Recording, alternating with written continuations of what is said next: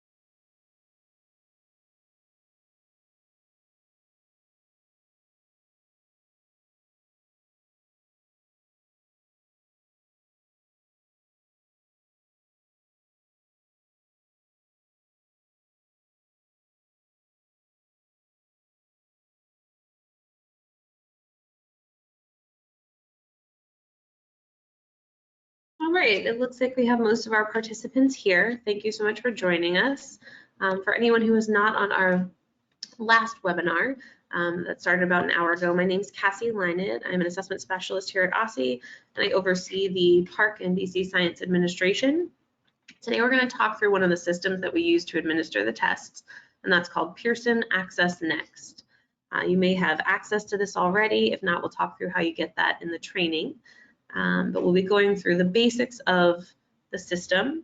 There are some slides that have some directions listed on them. We're not going to go through every step of those and show the system today, but you're certainly welcome to use those as a reference as you explore the system in the future. If you have any questions, feel free to put them in the question box, and I will be happy to answer them throughout the training or at the end if needed. Let's get started. Today's resources can be found at the link here. There's also a documents or a handout section of this webinar that includes a couple different documents, including the slides from today. I'd recommend downloading those so you have access to them for the future. It also has some handouts which are available in PearsonAccessNext, but an easy way to access them is by downloading them as well, mostly around student registration and the personal needs profile. Our agenda for today includes an introduction to PARCC and DC Science. We're going to talk about managing LEA and school accounts, setting up users in the system, registering students, completing the personal needs profile, and creating test sessions, monitoring testing, and then closing out testing when it is over. So let's start with our introduction to PARCC and DC Science. The Partnership for Assessment of Readiness for College and Careers, also known as PARCC, is the District of Columbia's annual assessment for mathematics and ELA. It's based on the Common Core state standards. And the DC Science assessment is based on the Next Generation Science standards. PARCC and DC Science are managed through a system called PearsonAccessNext, which we'll be talking about today.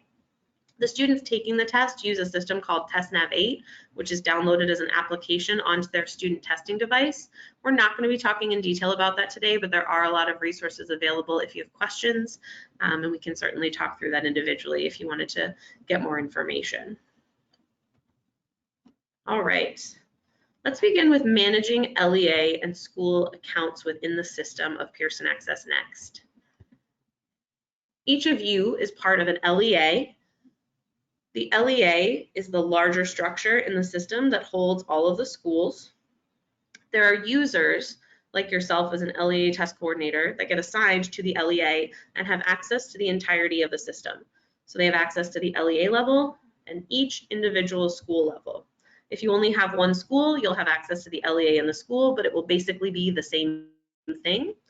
If you have multiple schools, what you can do is assign user roles to each school. So if I'm a test administrator at one school in an LEA that has 3 schools, I don't need to know anything about those other schools, and I shouldn't. There's private student information in there, and I should just be focused on my school.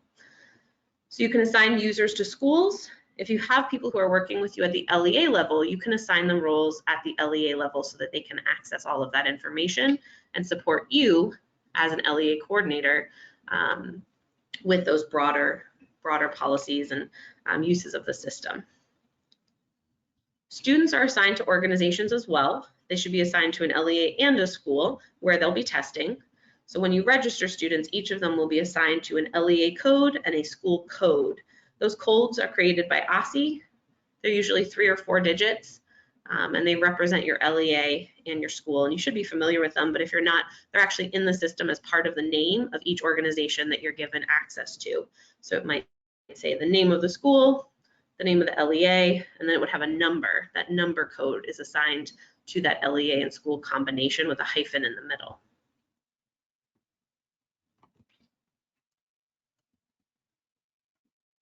When you're managing these accounts, the test coordinator should ensure that all organizational information is accurate. We want to make sure that you as a point of contact are the right person who is listed to receive materials. We want to make sure that the address is accurate. We also want to make sure that any other contact information like a phone number and email address is correct. So there is an area of the system where you can do this. We'll certainly give out directions in the NGA bulletin soon to make sure that everyone who's participating does so. But you'll go through and see a page that looks something like what you see here on the right. You'll list the organization, your contact title, which might be test coordinator, your name, so that when that box comes, they take it to the right person. Make sure that the contact address is correct, otherwise your materials will not go to the right location, and that can be problematic for everyone involved. So we want to make sure that that stuff gets to the right place. All right, setting up users in the system. This is how people get access to using PearsonAccessNext. So when you're assigning roles to staff at your LEA and schools, you'll do so in your school test security plan, but also in the PearsonAccessNext system. When you assign them a role in the system, it gives them permissions. It allows them to do certain things based on their role, and the roles you assign them are listed just as they are in your school test security plan and in the language that we use here at OSSE. So you'll assign a test coordinator role, school test coordinator, to your school test coordinators. You'll assign a test administrator role to someone who's a test administrator, and that gives them access to do the things they need to do, but it doesn't give them access to things they don't need. So they may end up not having access to sensitive student information like demographics and accommodations if they are just administering the test. So the system is set up to give those permissions as needed. As the LEA coordinator, you have the broadest level of permissions, and you can assign your permissions at your level to anyone, and you can also assign permissions that are below your level. So I have an LEA test coordinator account. I can make someone else an LEA test coordinator and give them all of my permissions. I can also have a school test coordinator or a test administrator or a special education coordinator, and those may have less permissions than myself, but that may be essential for what those students need or for what those staff members need to do. Assigning users can be completed by entering each person's name into the system. Like you see on the right here, you can create space by space and fill out the information of their name and their email and their roles. The other way to do it is through a spreadsheet import. If you're doing a lot, maybe 100 people, you're going to want to go through and do the import, which is a little bit easier for larger groups. Within this, you'll be including their email address, their name. You'll also give them a role. Right now, this might say TA for test administrator, LEA TC would be the LEA test coordinator, STC would be school test coordinator. You can see those codes there in column G of the spreadsheet that's in the slide. You'll also be able to set a date when you want to start their account and end their account, which is helpful if you wanted to create their accounts but not necessarily assign them access to it quite yet. So those are your two different options. Again, if you're doing a large number, I'd recommend the spreadsheet. If you're doing a small number, like adding someone who is another LEA test coordinator, you can just go into the system and select that user to create a new account and do it manually. Here's information on how to set up these users. To do it manually, you would go through the process of going to the setup menu, creating and editing the user. Once you put in all the information, you would click the create button at the bottom. If you have a delayed active begin date, as I mentioned, you can set a time when the system will open to them. If it's not entered and you don't put anything there, it'll send them an email right away that says you have been given an account in PearsonAccessNext. If you set a specific date, the information will be sent to them on that date. If you'd like to import the file, you're going to be going through a different process in the system.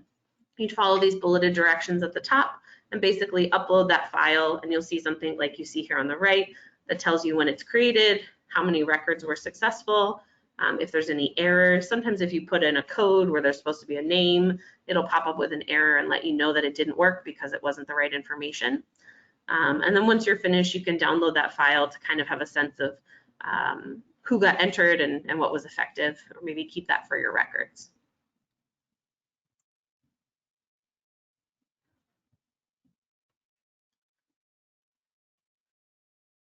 When you go through the import file information, there's also some additional steps listed here. The system basically begins to process your request, and it will refresh this. If you refresh the screen, it'll tell you how quickly it's processing. It does take a few minutes, but one of the nice features is that it will send you an email when it's finished. So you don't have to sit and watch it. You can wait 2 or 3 minutes, see that email pop up, and then use that email to proceed and understand that the information has been viewed, and you can check out what it looks like and if there were any errors that popped up. I received a question from someone in the question box that asked if you have to set up an account for test administrators.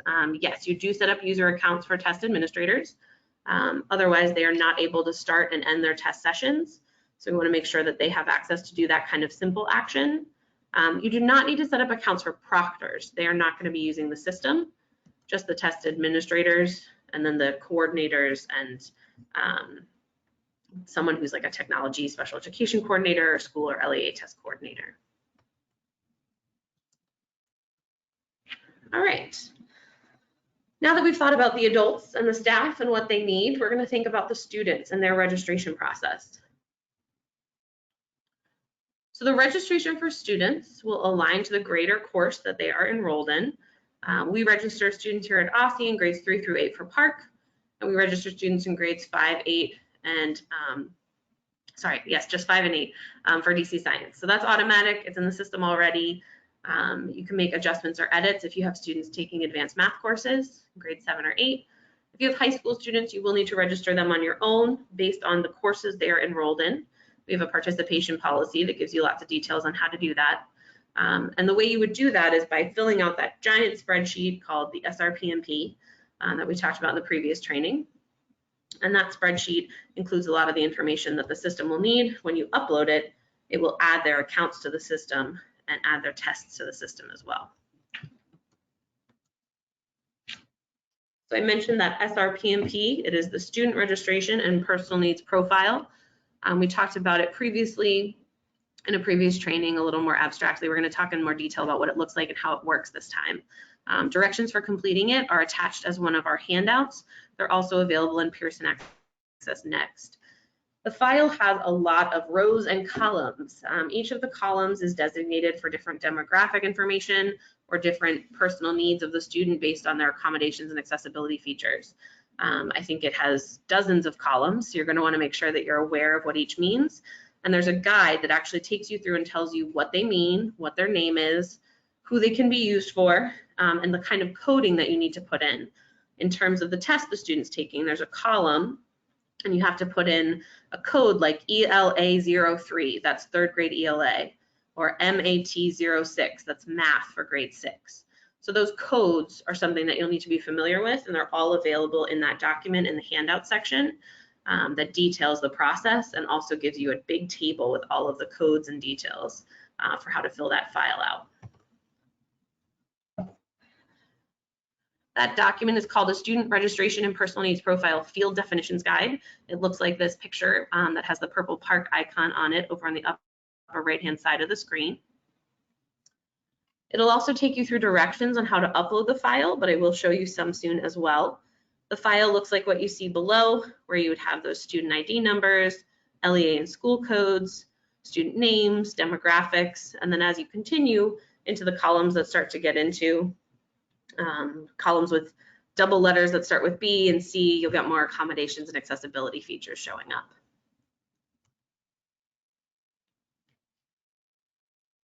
Students can also be registered individually. If you have a new student who starts attending your school, you can go through the process of adding their test, just like you added a user for an adult, and you can follow these bulleted steps to do so. But because there's so many students testing, the best way to do it is usually through that import, especially for high school. If you have students who are already registered for 3 through 8 and you just need to add one kid, you can go through and add their test through this process. Okay, completing the personal needs profile section of the SRP&P. The SRP&P includes accommodations and accessibility features. Accommodations require a student to have an IEP, a 504 plan, or an EL plan. They are not allowed to be assigned to students who do not have those plans with those designations. Accessibility features are another category of supports, and those can be assigned to any student based on the policies established by your school or your LEA. We recommend working closely with your special education coordinator to provide these supports to students so that we get the students the legal requirements of what they need, and also with those accessibility features that are not legal requirements, that we assign them equitably to students and give all educators or all members of a team the opportunity to apply those to specific categories of students. You may have students who are receiving text-to-speech for the math assessment, and that may be decided that any student who's reading, 2 grade levels below may actually get text-to-speech at the elementary school level for mathematics, because we want to test their math, not their ELA abilities during this test. But if you set kind of a policy like that, it usually helps things to move along more equitably and not have things assigned to students that they don't need, they don't use, and that can sometimes be quite a distraction to play with. It's almost like a fun feature that could distract them when they're supposed to be focused on the test if they don't actually need that support. Students should practice using the accommodations to make sure that they are familiar with them and they understand the system. All right, so the personal needs profile is where we complete this, and you can see at the bottom here, as I mentioned, as we get up into columns that start with the letter B, you'll start to see things like small group testing, time of day, answer masking, color contrast. Some of these are things that the computer system actually provides to the student, so if they're not entered correctly, the student's test won't have them. We need to make sure that all the information is correct here so that the computer system knows what to provide to the student. Some of these things are something that's provided by adults, like time of day. That means the student can receive the test at a time that is appropriate for their schedule and their flexible schedule if they have one. Time of day isn't determined by the computer, it's determined by the adult who puts the test in front of the student and tells them when to start. So we need to accommodate or to document both of these types of accommodations and accessibility features, but the ones that are provided by the system, it's really key to make sure that those are in the file when you upload the student test so that the student receives what they need through the system, because you may not ever actually see them receiving it. So you want to know that it's there through the complete and accurate completion of this file. Again, student supports can be added individually. So if you're just making an update, you can do that individually. You don't have to do a whole new import. But if you're doing a bulk import of student needs, you would put those in through the SRP&P file and upload it into the system. All right, creating test sessions. So the test sessions are created in the system. They can be done manually or for larger groups with the upload. You'll see this pattern many times. A lot of things, if you're doing them in bulk, you upload. If you're doing them individually, you can just do them manually in the system. You will use the guide for this information. That field definitions guide has information that can be helpful for you in creating those test sessions, and there are requirements for how they should be entered. The test sessions group the students together so that the test administrator can manage them and so that you can see them as classes rather than as hundreds of individual students. And they also help the students to get their testing tickets. Within the system, they'll be printing those testing tickets from each session. So if I want to print for session with Ms. Lynett, I would go into Ms. Lynett's testing session and I would click print testing tickets, and that would give me all of the students who are taking the test with Ms. Lynett. The coding I mentioned before is listed in that field definitions guide. It's also listed here. For the session name, which basically tells us which group are the students in, you're going to use subject, grade, initials, and R for regular, M for makeup sessions. So that'll end up looking like ELA.03.JD.R. And for test administrators, that's another column in the system. You'll fill out that entire column for each student with the name of the person who's going to be giving them the test in the format of last name dot first name. Okay, monitoring testing.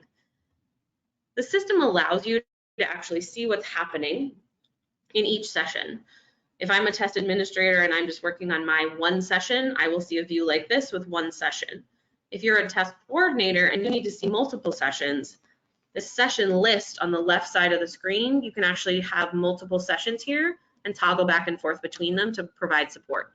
So if someone has a tech issue and a student gets kicked out and they don't know how to fix it, you can go in and actually support them remotely, even if you're not in the room with them, with this kind of activity.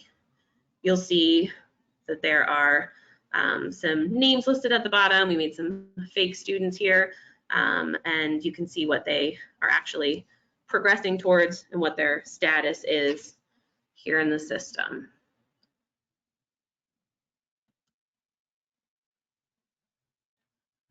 As I mentioned, students receive accommodations and accessibility features, and we want to make sure that when we're looking at that list of students that we just saw, if their name has an accommodation listed next to it, we would want to make sure that they have what they need. So if I know I have 5 students with text-to-speech, I should be seeing 5 students with that TTS next to their name in that session. If I have 1 student who is taking Spanish text-to-speech, I should see STTS next to their name.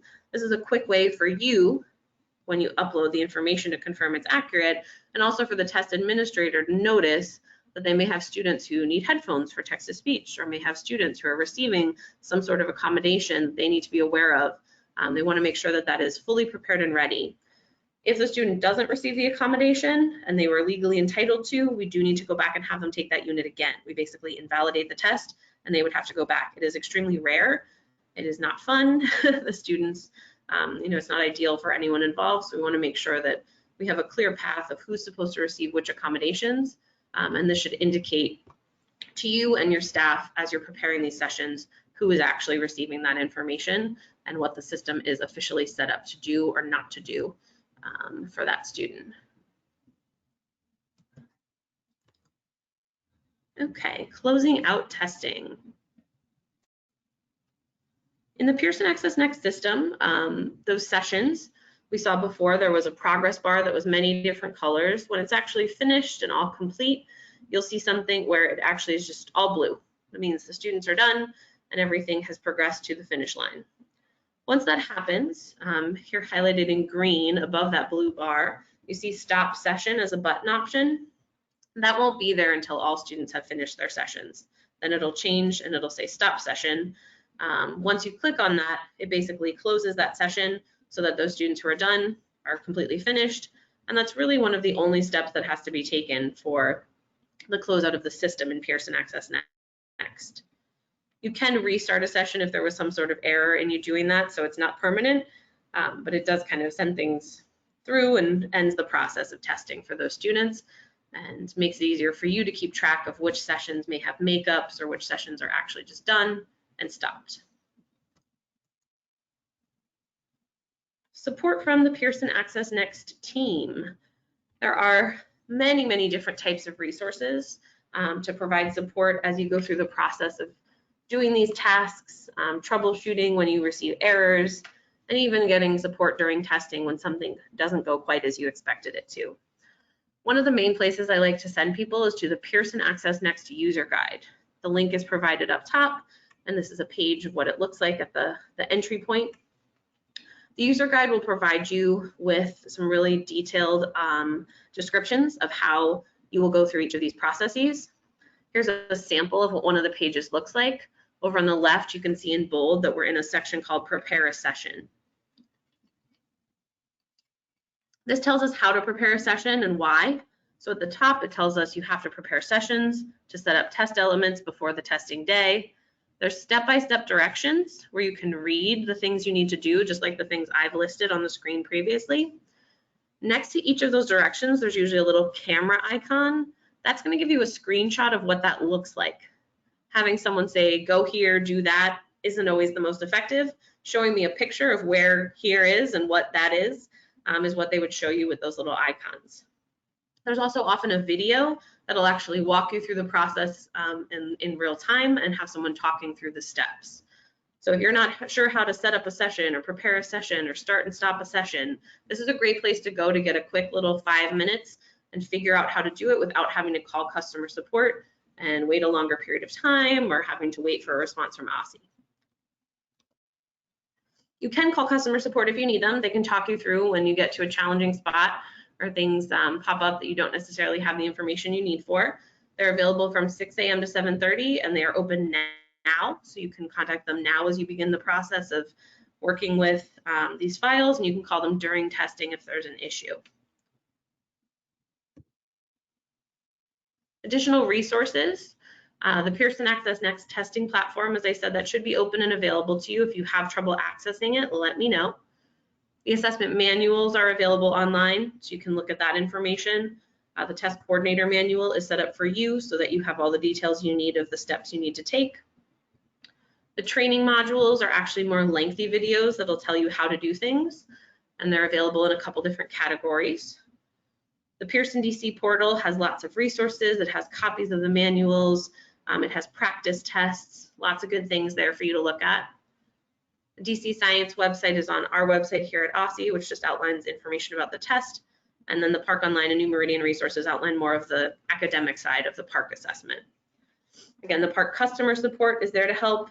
The OSSE hotline will be open a bit later in the year when we get closer to testing. And then the OSSE support tool is a quick-based application where you can send us questions, particularly if they have student information in them. If you wanted to say, I'm having trouble with this file, can you look at why this file won't upload? You can send us the file through the OST. You cannot email us any sort of student information, whether it's their number, their name, accommodations, all of that is private, so that does not go through email. So feel free to use the OST as a replacement for that communication process. All right, I'm going to check my question box and see if we have additional questions. If you do have more, please feel free to add them in and I'll answer them as we go here. One of the questions someone asked is the difference between a proctor and a test administrator. The test administrator is the person who is designated to read the directions and actually manage the Pearson AccessNext system for students. A proctor is just an additional person in the room who's supporting. They're just observing students and making sure that things are going as they should. Sometimes that is helpful if somebody may need to step out and ask for help, but usually schools decide based on proctors and test administrators of kind of if they need both or if they just need one. We cover a lot more detail about that in the test security training, so if you haven't attended that yet, follow up with us on February 3rd and we can cover more information about those roles. Okay, somebody asked about what if students take longer than the test window allows.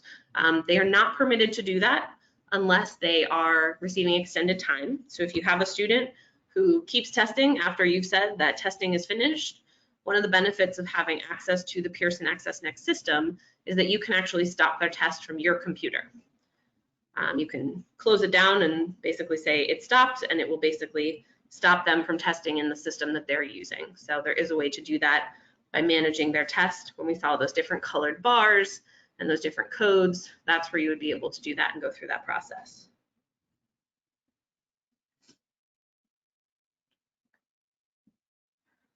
Somebody's asking if the test administrator should have a computer in the room while the students are testing with the proctor. So yes, a test administrator usually has a computer in the room to manage things, but they are also actively monitoring students. They, may check the computer occasionally, but mostly they're focused on monitoring the students during the test. The proctor is an additional support with that. But again, not every classroom will have a proctor. It depends on your setup. There's a question about how long students have per test question. That varies significantly because the type of test questions are very, very different. There may be a question where I'm writing an entire essay and another question where I'm checking a multiple choice. So it is not a particular time per item because the items are so distinct and different from one another. You can go through the practice test and get a sense of what's actually happening there. And that can give you maybe an estimate of how many items there would be and what types of items. But in terms of item time per test, it varies quite a bit.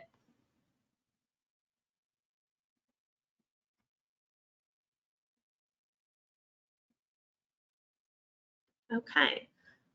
I'm not seeing any additional questions. We wrapped this one up pretty quickly. So the slides are available in the handout section and also on the website I showed at the beginning. And there will also be a recording of this available that will be posted to our website. If you do have any questions in the future, please feel free to reach out to me. And we will certainly answer your questions here at OSSE if you have other members of the team who you've reached out to for other specifics. Thank you so much and have a great afternoon.